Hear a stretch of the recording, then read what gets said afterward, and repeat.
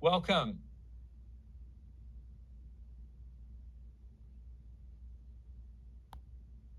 Okay, so my name is Laura Ocasio, and well, let's start with I'm a former special education teacher, and I've worked at the middle school level, high school level.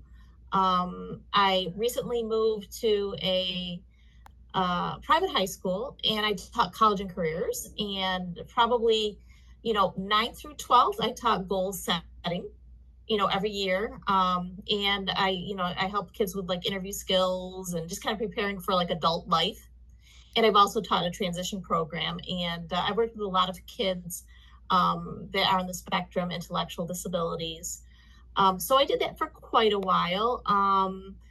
Probably over the last year or so, after I left traditional teaching, I realized that a couple different methods that I was using for goal setting, that I hit a better one that kind of works better for people in transition, for the things that weren't working out for the other people.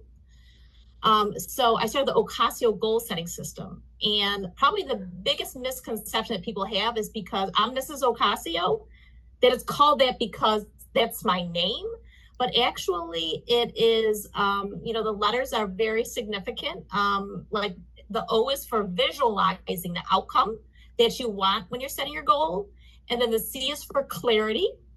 The A is for like either achievable or attainable.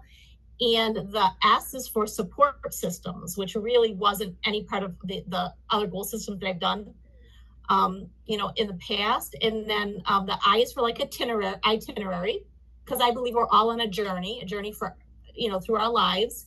And then, of course, the last O is like your goal realized. And I wrote a book about that. And I have been writing curriculum for very many years. So my books are a little bit different. I'm interested to read everybody else's books, but I wrote my own coaching curriculum. It's called O Compass. So everything kind of revolves around the O.